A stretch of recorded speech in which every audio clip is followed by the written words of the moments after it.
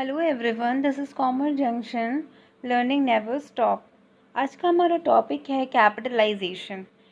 Business finance में ही से related subject से रिलेटेड एक टॉपिक है कैपिटलाइजेशन। हम आज वो शुरू करने वाले हैं।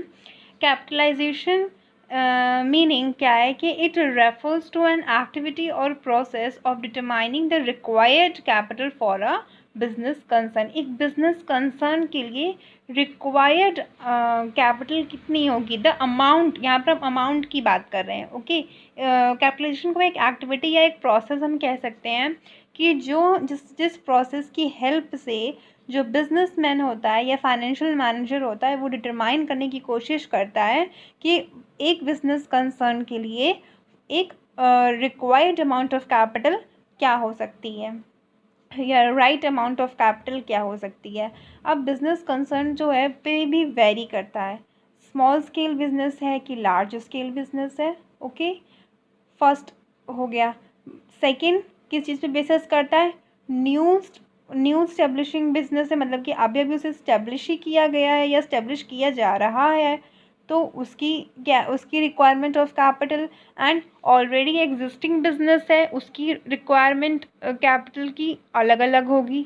तो ये वैरी करता है बिजनेस टू बिजनेस कि right amount of capital requirement क्या हो सकती है बिजनेस की। तो हम कैपिटलाइजेशन की हेल्प से फाइनेंशियल मैनेजर जो होता है वो required amount of capital for business concern determine करने की कोशिश करता है। Capitalization is a process by which estimates are made about the present value of all the current assets in total assets on the basis of present value of possible earning of a company. Okay, यहाँ पे miss by mistake learning हो गया है guys, तो आप इसे earning कर लीजिएगा। तो कैपिटलाइजेशन क्या है, एक प्रोसेस है जहाँ पर हम क्या करने की कोशिश करते हैं, एस्टिमेशन करते हैं, एस्टिमेट करते हैं कि जो करंट इन्वेस्टमेंट्स हैं, टोटल असेट में जो करंट इन्वेस्टमेंट है उसकी प्रेजेंट वैल्यू क्या है और कंपनी कितना अर्न कर रही है,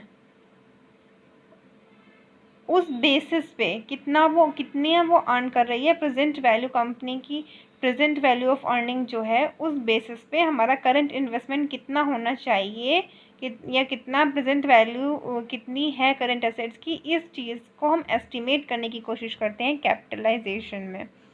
ओके, तो capitalization is a process by which estimates are made about the present value of all the current investments in total assets on the basis of present value of possible earning of a company. Okay, problems of capitalization arise under the following condition। क्या क्या problems arise होती हैं, capitalisation क्यों हम करते हैं, किस वजह से। देखिए, जब हम क्या करते हैं, when a company is being promoted, just promoted करी गई है, मतलब कि प्रमोटेड हुई है, तो उस केस में when the expansion of an existing business is going on, हम बिज़नेस को इंक्रीज़ कर रहे हैं, एक्सपैंड कर रहे हैं, उसकी कई ब्रांचेस खोल रहे हैं, तो जाहिर सी बात है कैपिटल की रिक्वायरमेंट होगी। अगर हम अपनी एक और ब्रांच खोलेंगे तो ठीक, उस केस में हमें कैपिटलाइजेशन की हेल्प लेनी पड़ती है। When modernization of business is to be executed, modernization of business मतलब पहले मैन मेड, मतलब सारा जो जो था वो ह्यूमन स्टाफ था, ठीक है। लेकिन अब क्या कर रहे हैं, उन्हें रिप्लेस करके हम कुछ मशीनरीज ले करके आ रहे हैं। अब मशीन बेस्ड मशीन पे काम होगा तो कम लोगों की ज़रूरत है और उन लोगों की ज़रूरत है जो मशीन पे काम कर सकते हैं। तो क्या हो रहा है, मॉडर्नाइजेशन हो रहा है ये, ठीक है। उसके बाद है व्हेन रिकैपिटलाइजेशन, adjustment और reorganization of business is to be carried out. Recapitalization हो रहा है, हम अपनी कैपिटल को फिर से जो है मतलब वो उसका अमाउंट जो है वो इंक्रीज़ करना चाह रहे हैं, तो या उसमें और इंट्रोड्यूस करना चाह रहे हैं कैपिटल को, तो रिकैपिटलाइजेशन हो रहा है, एडजस्टमेंट हो रहा है, या फिर रीऑर्गेनाइजेशन हो रहा है, बिजनेस रीऑर्गेनाइज्ड हो रही है, ठीक है। तो उस केस में हमें कैपिटलाइजेशन कि ये स्टडी करना पड़ता है। और when two companies are amalgamated और कंबाइंड, जब दो कंपनीज जो होती हैं आपस में मिलती हैं तब भी तब भी एक नई कैपिटल फॉर्म होती है। तो रिक्वायरमेंट ऑफ कैपिटल फिर भी हमें चेक करना होता है कि अब जब दो कंपनियां आपस में मिल करके काम करेंगी तो उनकी क्या कैपिटल रिक्वायरमेंट्स हो सकती हैं। ठीक, तो ये हो गई, ये इतनी जगह इतनी चीज़ें हैं जिनमें हमें कैपिटलाइजेशन हम स्टडी करते हैं। पहले जब कंपनी जब प्रमोटेड है, कंपनी प्रमोटेड का मतलब यहाँ पर है कि कंपनी को जो मतलब एग्जिस्टेंस में लाया जा रहा है। ठीक है, सेकेंड चीज़ है when the expansion of an existing business को हम एक्सपैंड कर रहे हैं, या तो बिजनेस में मॉडर्नाइजेशन कर रहे हैं, रिकैपिटलाइजेशन रीऑर्गेनाइजेशन कर रहे हैं, या फिर दो कंपनी अमलगमेट हो रही हैं, कंबाइंड हो रही हैं। तो इन सारे केसेस में जो कैपिटलाइजेशन है वो क्या हमें हेल्प करता है कि डिटरमाइन करने में कि रिक्वायर्ड अमाउंट ऑफ कैपिटल क्या हो सकती है किसी भी बिजनेस कंसर्न के लिए।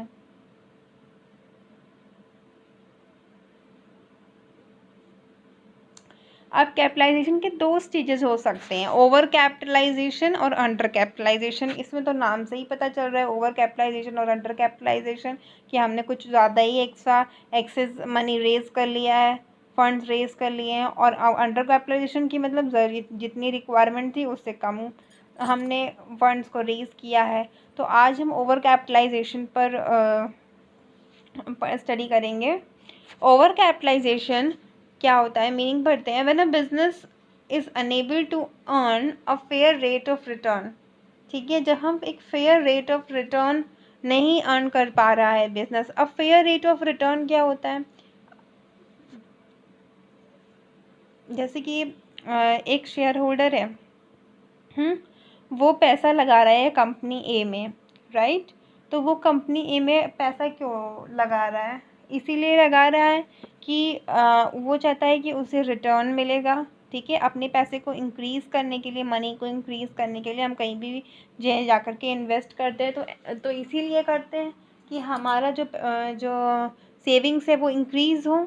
ठीक है, डबल हो ट्रिपल हो, इसीलिए तो हम इन्वेस्ट करते हैं। तो क्या ज़रूरत है हम अपना पैसा अपने पास रख के रहें, क्यों इतना रिस्क बियर करें। तो इसलिए अगर उसे फेयर रिटर्न नहीं मिलेगा तो वो कंपनी में क्यों इन्वेस्ट करेगा, नहीं इन्वेस्ट करेगा ना। तो इसीलिए हमें यहाँ पर पे जो fair return of rate of return की बात करेगी, वो वही रेट ऑफ रिटर्न है जो एक शेयर होल्डर को इन रिटर्न वो इन्वेस्ट करे तो उसमें मिलना चाहिए। तो यहाँ पर क्या है कि व्हेन अ बिजनेसमैन, जो बिजनेस है वो fair rate of return earn नहीं कर पा रहा है ऑन इट्स आउटस्टैंडिंग सिक्योरिटीज़, जो उसकी सिक्योरिटीज़ हैं उस पर, तब उसे हम कह सकते हैं इट इज़ ओवर कैपिटलाइज्ड, वो ओवर कैपिटलाइज्ड है। It must be clear that a company is said to be overcapitalized only when it has not been able to earn fair income over a long period of time. बहुत लंबे समय तक के वो fair income generate नहीं कर पा रहा है बिजनेस, तब उस केस में हम उसे कहते हैं कि ये जो बिजनेस है ये ओवर कैपिटलाइज्ड है। इस सिचुएशन में, इन सच सिचुएशन क्या होता है, जो रियल वैल्यू ऑफ कंपनी होती है और जो टोटल असेट्स होते हैं, real value of company total assets would be less than their book value. जो कंपनी की रियल वैल्यू और टोटल एसेट की वैल्यू होती है वो कम होती है उनकी बुक वैल्यू से। मतलब बुक्स में तो उन्होंने ज़्यादा दिखा रखा होता है, बैलेंस शीट तो हमें कुछ और ही शो कर रही होती है कि अरे इनकी कंपनी तो बहुत अच्छी चल रही है भैया, इसमें तो बहुत प्रॉफिट है, इसमें ही इन्वेस्ट कर दो। और लेकिन रियलिटी में क्या है, रियल वैल्यू उनकी बहुत कम होती है बुक वैल्यू से, जिसका रिजल्ट क्या होता है, मार्केट में इक्विटी शेयर्स जो होते हैं वो की वैल्यू जो होती है वो गिरने लगती है मार्केट में। ठीक है, क्यों गिरने लगी, क्योंकि जब शेयर होल्डर को फेयर रिटर्न नहीं मिलेगा तो वो इन्वेस्ट नहीं करेगा, वो अपनी सिक्योरिटीज़ को बेचने लगेगा और सोचेगा कि मैं अपना पैसा निकाल लूँ इस कंपनी से, मैंने जो इन्वेस्ट किया है। ठीक है, तो जब वो पैसा निकालने लगेगा तो उनकी शेयर्स की वैल्यू क्या होगी, धीरे धीरे गिरने लगेगी। ठीक है, अब हमें कैसे पता चले कि ओवर कैपिटलाइजेशन है, ये कंपनी ओवर कैपिटलाइज्ड है या अंडर कैपिटलाइज्ड है। तो फिलहाल तो हम ओवर कैपिटलाइजेशन की बात कर रहे हैं आज। तो ओवर कैपिटलाइजेशन को चेक करने के लिए टेस्ट कर सकते हैं, वो 3 चीज़ें, 3 पैरामीटर्स यहाँ पे गिवन है। First, second and third, 3 parameters जो हैं वो हमें हेल्प करते हैं ताकि हम ओवर कैपिटलाइजेशन को चेक कर सकें, टेस्ट कर सकें। When actual rate of earning is less than current rate, जो करेंट रेट है उससे जो एक्चुअल रेट ऑफ अर्निंग है अगर वो कम होता है, ठीक है, एक्चुअल रेट ऑफ अर्निंग कम है तो उस केस में ओवर कैपिटलाइजेशन हो सकता है। Real value of business is smaller then book value of business and real value of shares is less than book value of shares, then we can say that that business or that company is over capitalized. Okay अब हम in terms को समझ लेते हैं कि ये actual rate of earning, current rate, real value of business, real value of share, book value of business, book value of share, इसकी हम क्या बात कर रहे हैं। इन टर्म्स को हम डिटेल में समझ लेते हैं। तो actual rate of earning is equal to actual profit, जो कंपनी को एक्चुअल प्रॉफिट हो रहा है, अपॉन कैपिटल एम्प्लॉयड, जो उसकी टोटल कैपिटल एम्प्लॉयड है, इनटू 100। तो हमारा क्या आ जाएगा, एक्चुअल रेट ऑफ अर्निंग आ जाएगा। ओके और रियल वैल्यू ऑफ बिजनेस कैसे आएगा, हम इसको किसके साथ कंपेयर कर रहे थे, एक्चुअल रेट ऑफ अर्निंग को करेंट रेट के साथ कंपेयर कर रहे थे। तो करेंट रेट क्या होता है ये भी समझ लेते हैं।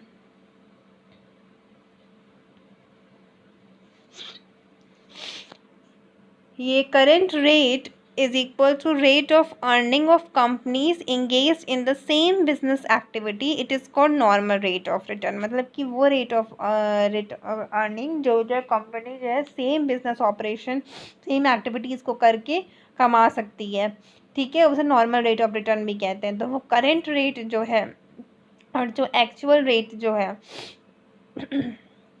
अगर उसमें करेंट रेट ज़्यादा हुआ और एक्चुअल रेट कम हुआ तो हमें क्या हो रहा है, इसका मतलब ओवर कैपिटलाइजेशन है। सेकेंड पैरामीटर था हमारा real value of business is smaller than या is less than book value of business. तो real value of business is equals to average profit upon current rate, average profit upon current rate into 100। तो हमारी real value of business आ जाएगा। और book value of business कैसे आएगा, book value of business जो है total assets of book value minus current liabilities. Total assets में से, ठीक है, टोटल असेट में से जब हम माइनस कर देंगे करंट लाइबिलिटी तो जो हमारा आएगा वो होगा real book value.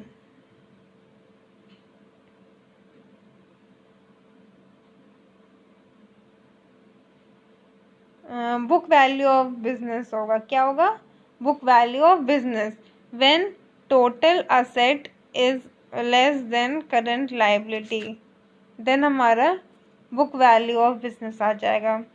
And book value of shares और book value, real value of shares कैसे निकलेंगे, book value of business upon number of shares, numbers of equity shares. Okay तो बुक वैल्यू ऑफ शेयर आ जाएगा। और real value of share कैसे निकलेगा, real value of business upon real number of equity shares. Okay तो ये थे हमारे टर्म्स। ये जो 3 पैरामीटर्स दिए गए हैं, कौन कौन से 3 पैरामीटर्स थे कि जब हमारी एक्चुअल रेट ऑफ अर्निंग जो होगी वो is less than current rate. First, real value of business is less than actual book value of business, and real value of shares is less than book value of shares। ठीक, ये 3 parameters हैं capitalisation को check करने के। अब causes क्या क्या हो सकते हैं कैपिटलाइजेशन के। First is over capitalization arises due to incorrect estimates of possible earning. मैंने एस्टिमेट किया कि मेरा बिजनेस जो है वो 1 लाख रुपए कमा लेगा, बट मेरा बिजनेस जो था वो छोटा बिजनेस था। मीन्स मैं पेंसिल्स बेचती थी, राइट, पेंसिल्स सेल करती थी, पेंसिल्स वगैरह। और मैंने एस्टिमेट किया कि मैं 1 मंथ में 1 लाख रुपीज़ कमा लूँगी। तो क्या ये मैच कर रहा है कि हम पेंसिल्स बेच करके एक मंथ में 1 लाख रुपीज़ अर्न कर सकते हैं? नहीं ना, मैं एस्टिमेट ही गलत कर रही हूँ। जब मैं एस्टिमेट गलत कर रही हूँ तो मैं क्या कर रही हूँ, ओवर कैपिटलाइजेशन हो रहा है। ठीक है, assets are over stated in the balance sheet. Assets को मैंने ओवर स्टेट करके अपनी बैलेंस शीट में दिखा रखा है। एक्चुअल में जो मेरी बिल्डिंग है उसकी जो वैल्यू है वो 10,000 करोड़ है, रुपीज़ की है, पर मैंने अपने बिल्डिंग की वैल्यू जो है वो 50,000 करोड़ दिखा रखी है। तो क्या है, ओवर स्टेटेड कर रखा है असेट को। Preliminary expenses and intangible assets are shown at overstated value, and gradually writing off these items should have reduced the profit gradually. अब यहाँ पर क्या है, इंटैंजिबल असेट्स। इंटैंजिबल असेट्स क्या होगा, जैसे कि हमारी गुडविल, पेटेंट, ये सब क्या है, इंटैंजिबल असेट्स हैं। तो गुडविल को मैंने बहुत ज़्यादा दिखा दिया है अपनी बैलेंस शीट में। ठीक, उससे भी ओवर स्टेट कर रखा है, उससे भी ओवर कैपिटलाइजेशन होगा। और प्रीलिमिनरी एक्सपेंसेस कौन से एक्सपेंसेस होते हैं, ऐसे एक्सपेंसेस जो कंपनी के ओपन होने से पहले किए जाते हैं खर्चे, और फिर धीरे धीरे उन खर्चों को बाद में क्या किया जा करता है, रिटर्न ऑफ किया जाता है। हर साल थोड़ा थोड़ा जो है उसमें असेट में असेट वो पीएल अकाउंट में डेबिट साइड में थोड़ा थोड़ा शो करके उसे हम रिटर्न ऑफ करते हैं। तो जो प्रीलिमिनरी एक्सपेंसेस होते हैं, अगर उन्हें हम बहुत ज़्यादा दिखा देंगे और धीरे धीरे जब हम अपने प्रॉफिट से उसे हर साल लेस करेंगे तो छोटा छोटा अमाउंट, तो हमारा क्या होगा, इससे प्रॉफिट ही तो रिड्यूस होगा। तो ओवर कैपिटलाइजेशन। ठीक, हाई कॉर्पोरेट टैक्स पॉलिसी में hit adversely profit causing the amount of capital to be over capitalized. जब मैंने अपनी बैलेंस शीट में सब कुछ ओवर दिखा रखा है, इंटैंजिबल एसेट्स को ओवर स्टेट किया है, अपने असेट्स को ओवर स्टेट्स करके रखा हुआ है, तो जब मैं अपनी बैलेंस शीट इस तरह की शो करूँगी तो गवर्नमेंट भी तो कहेगी कि इतना ज़्यादा कमा रहे हो तो भैया प्रॉफिट भी, टैक्स भी तो भरो। तो टैक्स भी तो भरना पड़ेगा, तो टैक्स भरना पड़ेगा तो हमारा प्रॉफिट कम हो जाएगा। तो वो भी बिज़नेस के लिए अच्छा नहीं है कि प्रॉफिट उतना कमा भी नहीं रहे और बट कम भी होता चला जा रहा है। तो उसके इस वजह ये भी वजह हो सकती है ओवर कैपिटलाइजेशन की। और जब to meet shortage of funds in emergent cases loans may be raised at higher rate of interest. ठीक है, and which may adversely affect the earning available to share holders. क्या करते हैं कि हम, अगर हमारे पास बहुत ज़्यादा फाइनेंशियल क्राइसिस आ गए तो मैंने लोन ले लिया जिससे क्या हो गया कि हम इतने इमरजेंसी में लोन लिया तो हाई रेट पर लोन लिया, और हाई रेट थे उस वजह से हम देख ही नहीं पाए और हमने क्या किया कि हमारा प्रॉफिट इससे कम होगा, क्योंकि हमें इन रिटर्न इंटरेस्ट रेट पे भी तो करना है। जब हम पे करेंगे इंटरेस्ट रेट तो प्रॉफिट भी तो कम होगा हमारा।